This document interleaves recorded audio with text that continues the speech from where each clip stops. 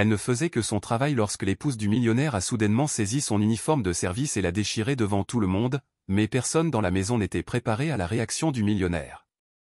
L'aube se levait, comme à l'accoutumée, sur la maison de campagne des Lefebvre, un domaine tentaculaire où le temps semblait s'écouler à un rythme différent, plus lent et plus mesuré.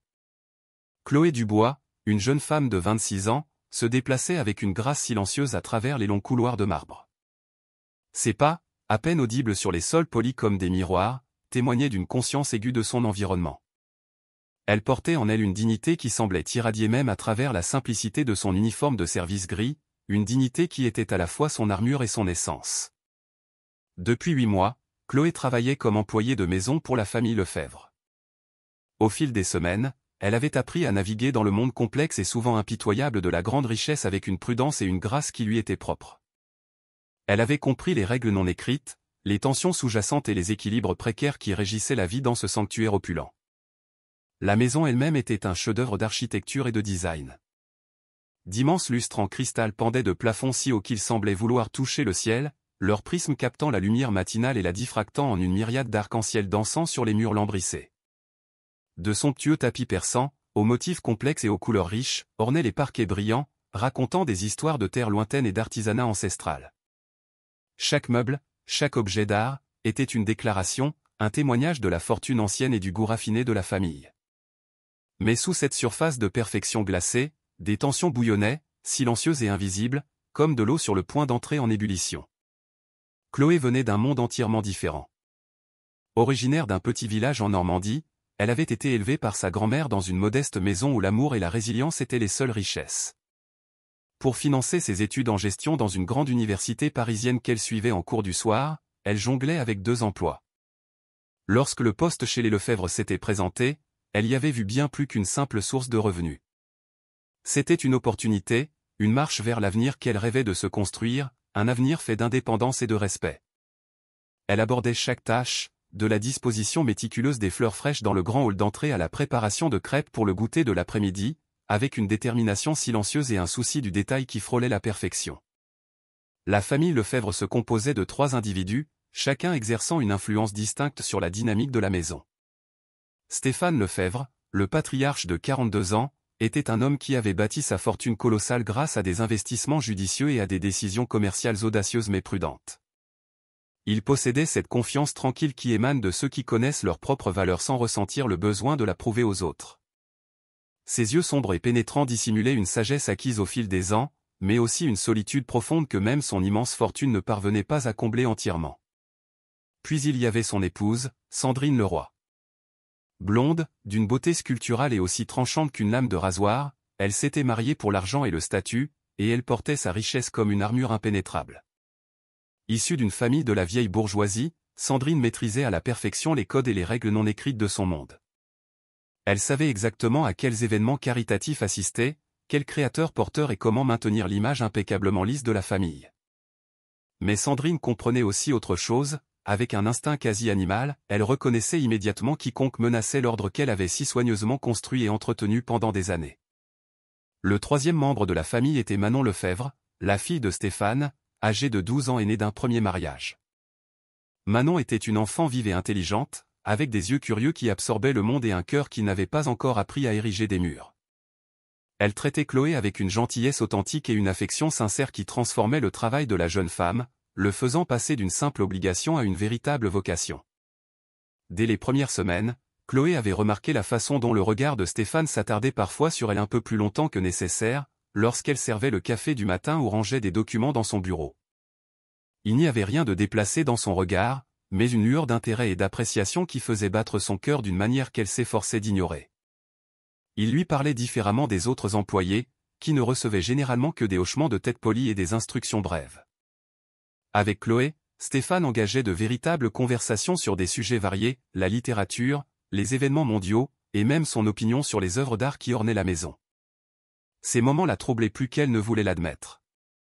Son expérience de la vie lui avait appris que l'admiration entre des personnes de classes sociales si différentes se terminait rarement bien pour celles qui détenaient le moins de pouvoir. C'est pourquoi elle gardait ses réponses polies mais distantes, toujours consciente des lignes invisibles qui séparaient leurs 2 mondes. Sandrine Leroy, cependant, n'était pas aveugle à ces échanges subtils. Elle observait chaque interaction avec l'attention aiguë d'un faucon planant au-dessus de sa proie. Sandrine avait bâti toute son identité sur le fait d'être l'épouse parfaite d'un homme puissant et prospère, et elle ne permettrait à personne de menacer cette position, surtout pas une employée de maison qui semblait oublier sa place. Les problèmes commencèrent insidieusement, comme ils le font souvent. Sandrine se mit à trouver des défauts dans le travail de Chloé, des critiques qui semblaient plus personnelles que professionnelles. Les fleurs n'étaient pas arrangées de la bonne manière. L'argenterie nécessitait plus de polissage. L'uniforme de service de Chloé lui paraissait froissé, même lorsqu'il sortait tout juste du repassage. Chaque critique était accompagnée d'un sourire glacial qui n'atteignait jamais ses yeux, prononcé d'un ton mielleux qui dissimulait à peine le venin qu'il contenait. Chloé endurait ces moments avec la même dignité silencieuse qu'elle apportait à tout ce qu'elle faisait. Elle acquiesçait poliment, s'excusait même lorsque ce n'était pas nécessaire, et travaillait simplement plus dur. Mais à l'intérieur, elle sentait le poids de ce scrutin constant, de ce jugement permanent pour des raisons qui n'avaient rien à voir avec la qualité de son travail. Les autres membres du personnel commencèrent également à remarquer cette attention particulière. Monique Dubois, la cuisinière âgée qui travaillait pour la famille depuis 15 ans, secouait tristement la tête lorsque la voix de Sandrine résonnait depuis la salle à manger. Nicolas Dupont, le jardinier, se mit à offrir des sourires encourageants à Chloé lorsqu'ils se croisaient dans les allées du parc. Même la petite Manon semblait sentir que quelque chose n'allait pas, bien qu'elle ne puisse pas exactement mettre le doigt dessus. Le point de rupture survint un jeudi soir, à la fin du mois de septembre. Les Lefebvre organisaient un dîner pour quelques-uns des partenaires commerciaux de Stéphane et leurs épouses. C'était le genre d'événement pour lequel Sandrine vivait, une occasion de mettre en valeur sa maison, son statut et ses talents d'hôtesse parfaite. La salle à manger avait été transformée en une scène digne d'un magazine de décoration. Des bougies scintillantes sur la longue table en acajou projetaient une lueur chaude sur les verres en cristal et la porcelaine fine. Chloé avait passé des heures à aider à la préparation. Elle avait poli chaque pièce d'argenterie jusqu'à ce qu'elle brille, disposé des orchidées fraîches dans de hauts vases et plié les serviettes en lin en carré parfait. Son uniforme de service était impeccable, ses cheveux soigneusement attachés en un chignon strict, et elle se déplaçait pendant le service avec une efficacité silencieuse qui était devenue sa marque de fabrique. Les invités étaient impressionnants, le genre de personnes dont les noms apparaissaient dans les magazines économiques et les chroniques mondaines. Les conversations tournaient autour des portefeuilles d'actions, des fonds de charité et des vacances dans des endroits que Chloé n'avait vus que dans des brochures de voyage. Elle servait chaque plat avec une attention méticuleuse, s'assurant que les verres à eau restaient pleins et que les assiettes étaient retirées au moment précis. Tout semblait parfait, jusqu'au moment où tout bascula. Chloé débarrassait les assiettes à dessert, se déplaçant avec la même grâce prudente qu'elle avait maintenue toute la soirée. Les invités étaient engagés dans une conversation animée sur une récente vente aux enchères d'art. Leur voix créait un bourdonnement agréable dans la pièce éclairée à la bougie. C'est alors que la voix de Sandrine trancha l'air comme un couteau. Les mots qu'elle prononça allaient tout changer, déclenchant des événements que personne dans cette pièce n'aurait pu prévoir. L'élégant dîner allait devenir le théâtre d'une confrontation qui révélerait le véritable caractère de toutes les personnes impliquées. Alors que Chloé tendait la main pour prendre la dernière assiette, inconsciente de ce qui allait se passer, des mois de tension accumulée étaient sur le point d'exploser d'une manière qui obligerait toute la famille à remettre en question tout ce qu'elle pensait savoir sur le pouvoir, la dignité et ce que signifie vraiment défendre ce qui est juste. Le silence qui allait s'abattre sur cette salle à manger serait de ceux qui changent tout, pour toujours. Sandrine Leroy se leva de sa chaise avec la grâce fluide de quelqu'un qui a passé des années à perfectionner chaque mouvement pour un impact maximal. Sa robe en soie couleur champagne captait la lueur des bougies, créant un halo presque éthéré autour de sa silhouette. Mais il n'y avait rien de céleste dans son expression. Chloé. La voix de Sandrine résonna dans la salle à manger avec une clarté cristalline. Chaque conversation s'arrêta net. Chaque fourchette resta suspendue à mi-chemin des lèvres. Le changement soudain d'atmosphère fut si complet que même la flamme des bougies sembla vaciller en réponse. Chloé leva les yeux de l'assiette qu'elle tenait. Ses yeux sombres s'écarquillèrent de confusion et d'embarras. Elle n'avait rien fait de mal, rien dit d'inapproprié, mais quelque chose dans le ton de Sandrine lui serra l'estomac de peur. « Venez ici, s'il vous plaît », continua Sandrine. Son sourire était assez aiguisé pour couper du verre. Le « s'il vous plaît » fut prononcé comme une arme enveloppée de soie. Chloé posa l'assiette avec des mains tremblantes et fit un pas en avant. Elle pouvait sentir chaque paire d'yeux dans la pièce suivre son mouvement. Les partenaires commerciaux et leurs épouses étaient complètement immobiles, sentant le drame se préparer mais n'en comprenant pas encore la nature. C'était le genre de moment dont on parlerait à voix basse dans les cercles privés pendant des mois. Stéphane Lefebvre était assis à la tête de la table. Sa mâchoire se contracta tandis qu'il observait sa femme avec une inquiétude croissante. Il connaissait ce regard dans les yeux de Sandrine. Il l'avait déjà vu lorsqu'elle se sentait menacée ou défiée, mais il ne l'avait jamais vue diriger contre quelqu'un d'aussi sans défense. « Mesdames et messieurs », annonça Sandrine à la salle. Sa voix portait la projection étudiée de quelqu'un habitué à capter l'attention. « Je crois que ce soir, nous assistons à quelque chose d'assez remarquable. Notre employé semble avoir complètement oublié sa place. » Le souffle de Chloé se coinça dans sa gorge. L'accusation flottait dans l'air comme un gaz toxique, s'infiltrant dans chaque recoin de la pièce. Elle voulait demander ce qu'elle avait fait de mal, elle voulait se défendre, mais des années de service dans des maisons comme celle-ci lui avaient appris que le silence était parfois la seule monnaie dont elle disposait. Sandrine. La voix de Stéphane portait une note d'avertissement qui fit que certains invités échangèrent des regards nerveux. Peut-être que cette conversation devrait attendre la fin du dîner, suggéra Stéphane. Mais Sandrine était au-delà de tout argument rationnel. Des mois à observer les yeux de son mari suivre Chloé dans la maison l'avaient menée à ce moment précis.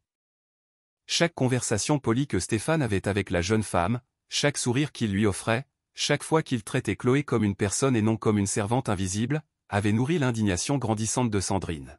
« Non, chérie, » répondit Sandrine doucement, sans quitter Chloé des yeux. « Je pense que nos invités devraient voir exactement quel genre de personnel nous abritons dans notre maison. Le genre qui pense pouvoir s'habiller et prétendre être quelque chose qu'il n'est pas. » L'uniforme de service de Chloé était la même robe grise qu'elle portait tous les jours, fraîchement repassée et propre, et tout à fait appropriée. Mais là, sous le regard foudroyant de Sandrine, elle se sentait nue, d'une manière qui n'avait rien à voir avec les vêtements. Valérie Garnier, l'épouse d'un des partenaires commerciaux de Stéphane, s'agita mal à l'aise sur sa chaise. Elle avait engagé d'innombrables employés au fil des ans et n'avait jamais vu personne être traité avec une telle cruauté publique. La jeune femme en face d'elle faisait preuve de plus de dignité que bien des dames de la haute société que Madame Garnier connaissait. « Sandrine, s'il te plaît », tenta à nouveau Stéphane, sa voix maintenant plus tendue. Il pouvait voir la douleur s'épanouir dans les yeux de Chloé, sentir la tension inconfortable émanant de ses invités. Ce dîner était censé renforcer des relations d'affaires importantes, pas les détruire avec un drame inutile. Mais Sandrine Leroy avait passé des nuits blanches à imaginer des menaces pour son monde soigneusement construit. Elle avait épousé Stéphane non seulement par amour, mais pour la sécurité, le statut, la vie que son argent pouvait offrir. L'idée de perdre l'une de ces choses à cause d'une jeune femme aux yeux doués à la chaleur authentique l'avait poussée à un point de pensée irrationnelle. « Savez-vous ce que je vois quand je vous regarde ?» demanda Sandrine à Chloé, tournant autour d'elle comme un prédateur. « Je vois quelqu'un qui a oublié que ce n'est pas sa maison. Ce ne sont pas ses gens. Ce n'est pas son monde. » Les mains de Chloé se crispèrent le long de son corps, mais elle garda sa voix ferme. « Je connais ma place, Madame Leroy. Je ne l'ai jamais oubliée. »« Vraiment ?» Le rire de Sandrine fut sec et cassant. « Alors pourquoi vous promenez-vous dans mes salons comme si vous y apparteniez? Pourquoi parlez-vous à mon mari comme si vous étiez des égaux? Pourquoi regardez-vous ma vie comme si vous pouviez un jour en faire partie ?» Les questions frappèrent Chloé comme des coups physiques. Elle avait été si prudente, si professionnelle, si respectueuse de chaque limite, mais d'une manière ou d'une autre, sa simple existence était devenue une menace dans l'esprit de Sandrine. La jeune Manon Lefebvre apparut à l'embrasure de la porte, attirée par les voix élevées. Ses yeux de 12 ans absorbèrent la scène avec une anxiété croissante.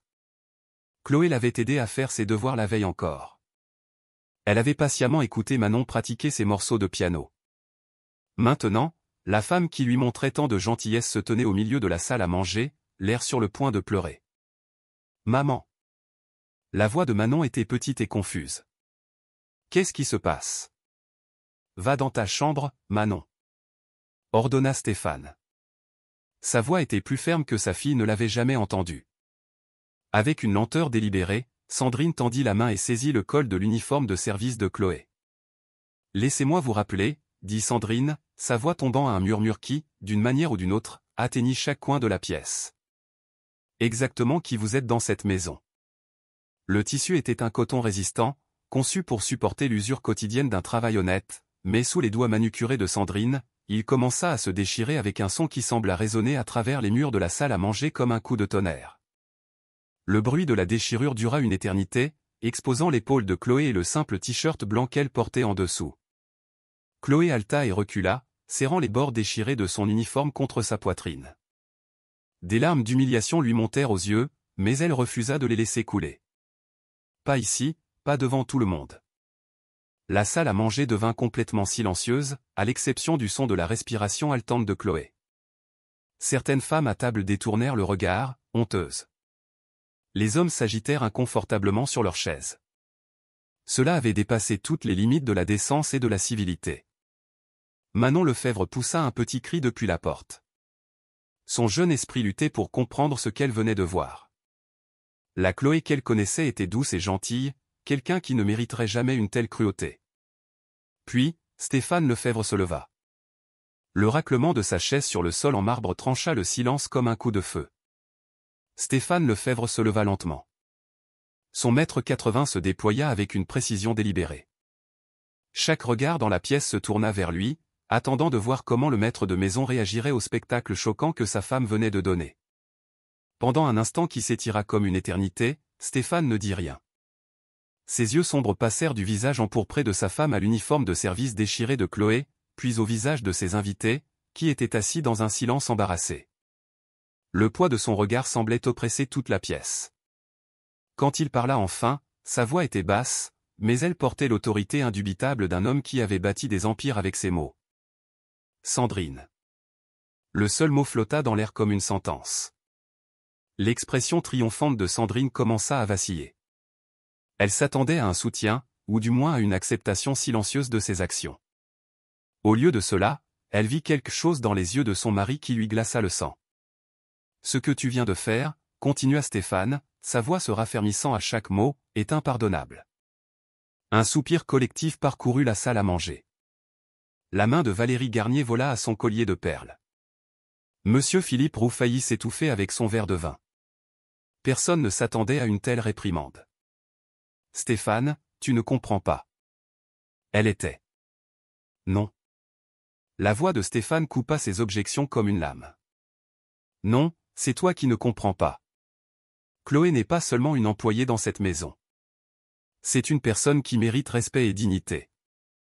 Chose que tu as complètement échoué à lui fournir. » Chloé restait immobile, serrant son uniforme déchiré. Des larmes coulaient maintenant librement sur ses joues. Elle ne s'était jamais attendue à ce que quelqu'un la défende, encore moins la personne dont l'épouse venait de l'humilier devant une salle pleine d'étrangers. Stéphane contourna la table d'un pas mesuré jusqu'à ce qu'il se tienne juste devant Chloé. Sans hésiter, il retira sa propre veste de costume, une pièce parfaitement taillée qui coûtait probablement plus que ce que Chloé gagnait en 3 mois. Avec des mains douces, il la posa sur ses épaules, la protégeant des regards indiscrets. « Je vous présente mes plus profondes excuses, » dit Stéphane à Chloé d'une voix assez basse pour qu'elle seule l'entende. « Personne ne devrait être traité comme vous venez de l'être, surtout pas dans ma maison. » Manon Lefebvre fit un pas prudent dans la pièce. Son jeune visage était baigné de larmes. Elle n'avait jamais vu d'adulte agir ainsi, n'avait jamais été témoin d'une telle cruauté suivie d'une telle bonté. La confusion sur son visage était déchirante. Stéphane se tourna vers la salle. Sa posture protectrice devant Chloé était sans équivoque. « Mesdames et messieurs, je dois vous demander de pardonner cette malheureuse interruption de notre soirée. Mon épouse s'est clairement oubliée ce soir. » La bouche de Sandrine s'ouvrait et se fermait comme celle d'un poisson. Le rejet public de ses actions était pire que n'importe quelle dispute privée qu'ils auraient pu avoir. Son image, soigneusement construite, d'épouse parfaite de la haute société, s'effondrait sous ses yeux. « Comment oses-tu » murmura-t-elle. Sa voix tremblait de rage et d'humiliation. « Comment oses-tu m'embarrasser devant nos invités pour une simple employée de maison ?» La mâchoire de Stéphane se contracta, mais sa voix resta contrôlée. « La seule personne embarrassée ici ce soir est Chloé. Et la personne responsable de cette humiliation, c'est toi. » Monsieur Philippe Roux toussa inconfortablement. « Peut-être devrions-nous mettre fin à la soirée, » suggéra-t-il, tendant déjà la main à sa femme. Les autres invités commencèrent à acquiescer, impatient d'échapper à l'atmosphère toxique qui avait consumé ce qui aurait dû être un élégant dîner. Mais Stéphane n'avait pas encore terminé. Il avait observé pendant des mois les cruautés subtiles de sa femme envers Chloé, choisissant de les ignorer au nom du maintien de la paix. Cette nuit lui montrait le prix de ce silence. Avant que quiconque ne parte, annonça Stéphane d'une voix qui atteignit chaque recoin de la pièce. Je veux que vous sachiez tous quelque chose sur la femme dont la dignité vient d'être bafouée devant vous. Les yeux de Chloé s'écarquillèrent d'anxiété. Elle ne voulait pas plus d'attention, ne voulait pas être le centre de plus de drames, mais la main de Stéphane sur son épaule était douce mais ferme, la maintenant en place. Chloé Dubois a obtenu son diplôme avec mention, tout en travaillant à 2 emplois pour subvenir à ses besoins et à ceux de sa grand-mère malade, continua Stéphane. Elle parle couramment 3 langues et a été acceptée dans un programme de commerce dans une grande université parisienne. En seulement 8 mois, elle a fait preuve de plus de grâce, d'intelligence et de classe authentique que certaines personnes n'en acquièrent en toute une vie. Les mots frappèrent la salle comme des éclairs. Certains invités semblaient honteux de leur silence antérieur. Valérie Garnier hocha lentement la tête. La reconnaissance et le respect brillaient dans ses yeux. Le visage de Sandrine passa du pâle au rouge foncé. Tu la défends au lieu de ta propre famille. Siffla-t-elle, au lieu de ta propre femme?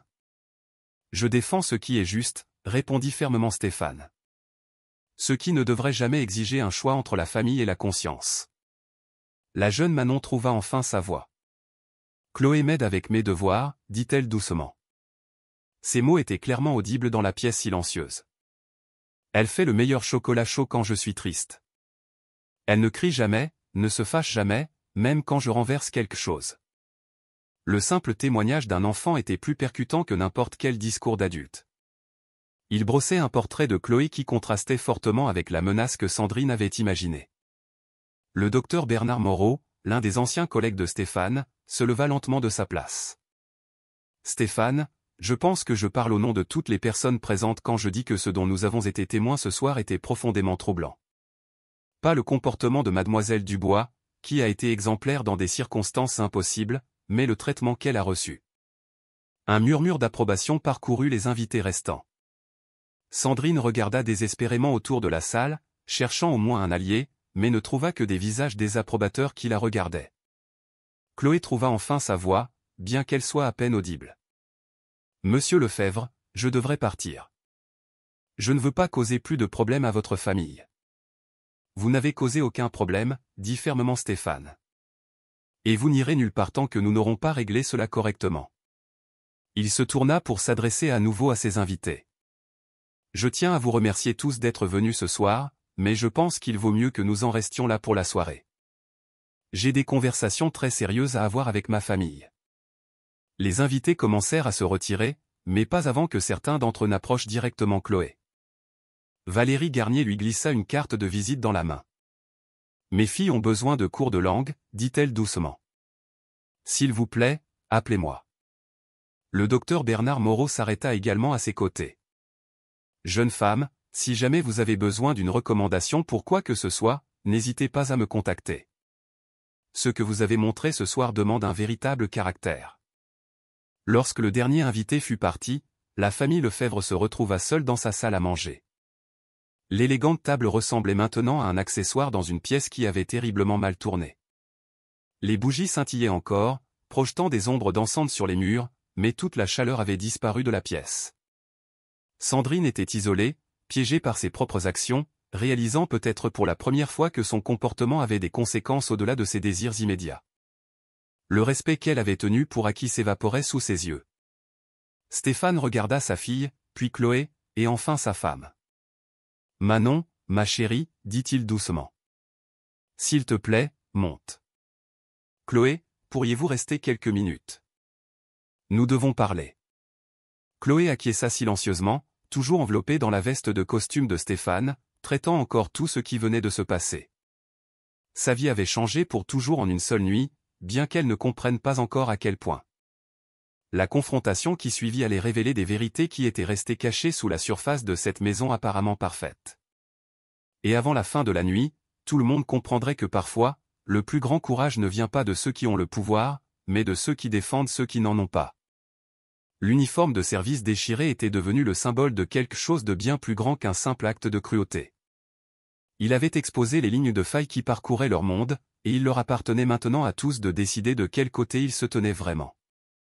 Le silence dans la salle à manger était assez lourd pour écraser des diamants. Stéphane Lefebvre se tenait entre sa femme et Chloé. Sa présence créait un bouclier invisible que personne n'osait franchir. Le poids de ce qui venait de se passer pesait sur tout le monde comme une force physique. La respiration de Sandrine était courte et saccadée. Son monde soigneusement construit s'effondrait autour d'elle, et elle sentait les fondations de tout ce qu'elle avait bâti commencer à se fissurer. Les regards désapprobateurs de ses invités en partant brûlaient dans sa mémoire comme des marques au fer rouge.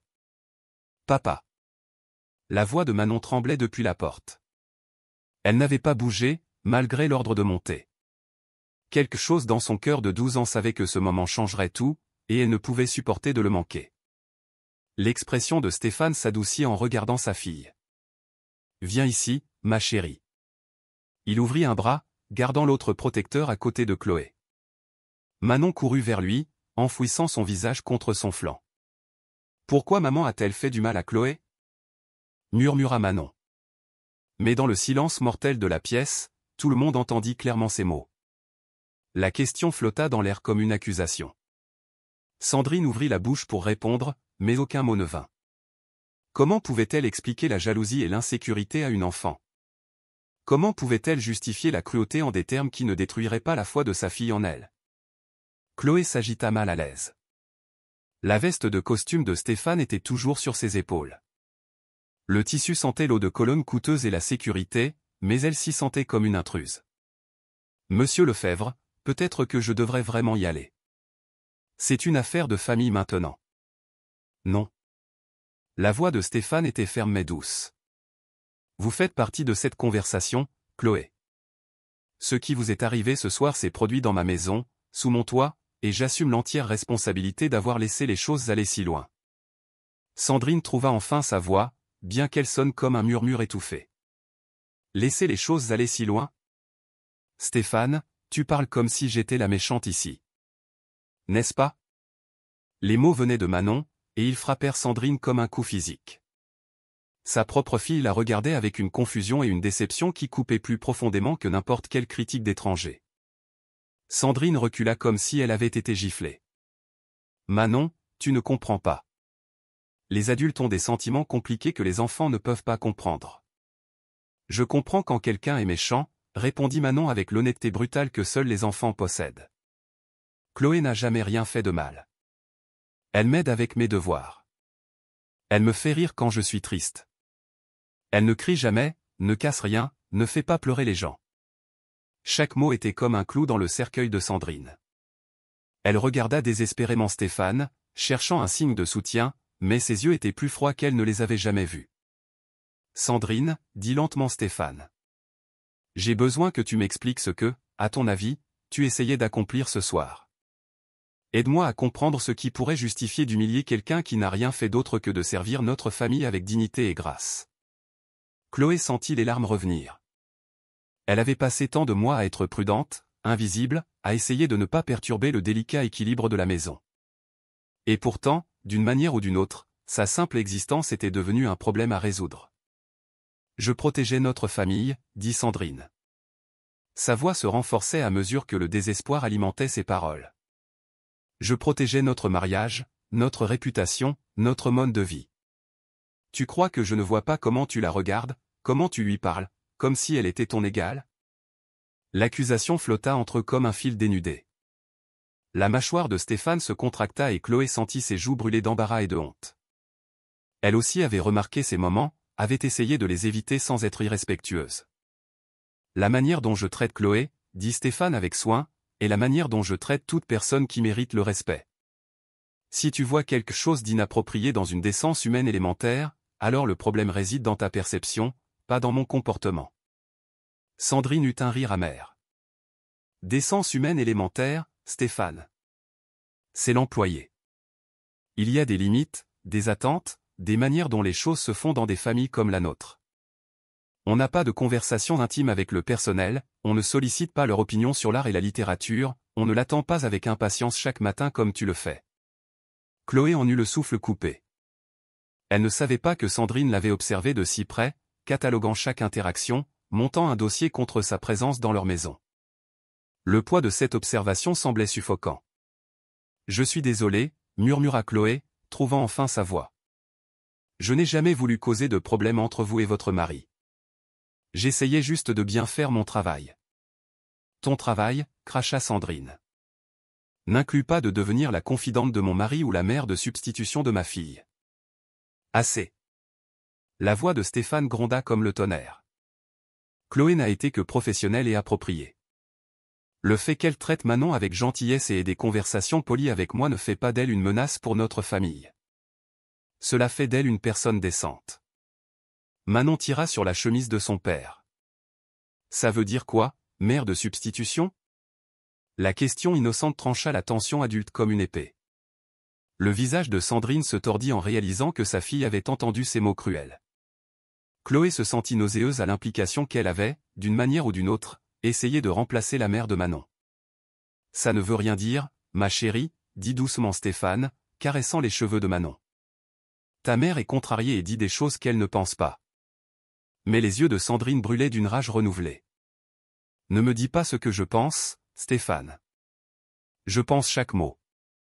Regarde là, debout là dans ta veste, comme si elle faisait partie de cette famille. Regarde comment Manon la défend.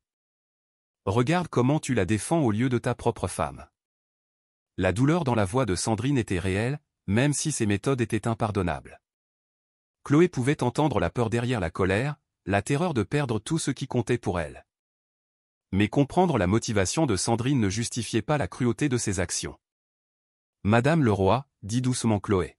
« Je n'ai jamais voulu me mettre entre vous et votre famille. Si ma présence ici vous cause de la détresse, je trouverai un autre endroit où travailler. Je ne veux pas être une source de conflit dans votre maison. Tu vois. » Sandrine se tourna triomphalement vers Stéphane. Même elle sait qu'elle n'a pas sa place ici. Mais Stéphane secoua fermement la tête. « Chloé, vous n'irez nulle part. Vous n'avez rien fait de mal, et je ne permettrai pas que vous soyez punie pour l'insécurité de ma femme. » Le mot « insécurité » frappa Sandrine comme un coup physique.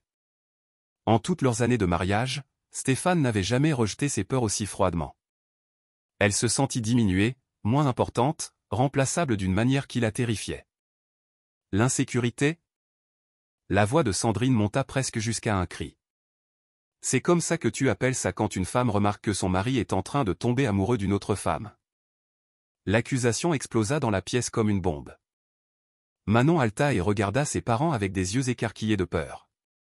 Chloé sentit le sang quitter son visage en comprenant la portée des mots de Sandrine. La voix de Stéphane trancha le chaos avec une précision chirurgicale. « Sandrine, tu as dépassé toutes les limites ce soir. Chloé a montré plus de caractère en ces quelques minutes que tu n'en as montré en des mois. » Il se tourna vers Chloé. Ses yeux étaient remplis d'un regret sincère. « Je vous offre une bourse d'études complète pour terminer sa formation en commerce et un poste dans mon entreprise après l'obtention de votre diplôme. Vous méritez des opportunités à la hauteur de votre potentiel. » Les mains de Chloé tremblaient tandis qu'elle serrait plus fort la veste de costume. « Merci de voir ma valeur quand d'autres n'ont pas pu, » parvint-elle à murmurer à travers ses larmes. Manon se détacha de son père et courut vers Chloé, l'enlaçant de ses petits bras autour de la taille. « S'il te plaît, ne nous quitte pas, Chloé. Nous avons besoin de toi ici. » Sandrine se tenait seule au milieu des décombres de sa propre création, regardant sa famille choisir la gentillesse plutôt que la cruauté, la dignité plutôt que le statut. L'uniforme de service déchiré était devenu le symbole de quelque chose de bien plus grand qu'un moment de colère. Il avait exposé la véritable mesure de chacun dans cette pièce. 6 mois plus tard, Chloé traversa la scène de remise des diplômes, vêtue de sa toge et de sa toque. La famille Lefebvre l'acclamait depuis les gradins. Sandrine avait cherché une aide psychologique et commençait lentement à reconstruire les ponts qu'elle avait brûlés. Manon recevait toujours de l'aide pour ses devoirs chaque soir, et Stéphane avait gagné non seulement une employée précieuse, mais aussi un rappel que le respect n'a pas de prix, mais qu'il signifie tout. Parfois, les plus grands changements viennent des endroits les plus inattendus. La force tranquille de Chloé avait transformé toute la maisonnée, prouvant que la dignité ne peut être enlevée, peu importe les efforts déployés. La véritable richesse dans la maison des Lefebvre ne s'était jamais trouvée dans les lustres en cristal ou les tapis persans. Elle se trouvait dans le courage de défendre ce qui est juste, même lorsque le prix semble trop élevé à payer.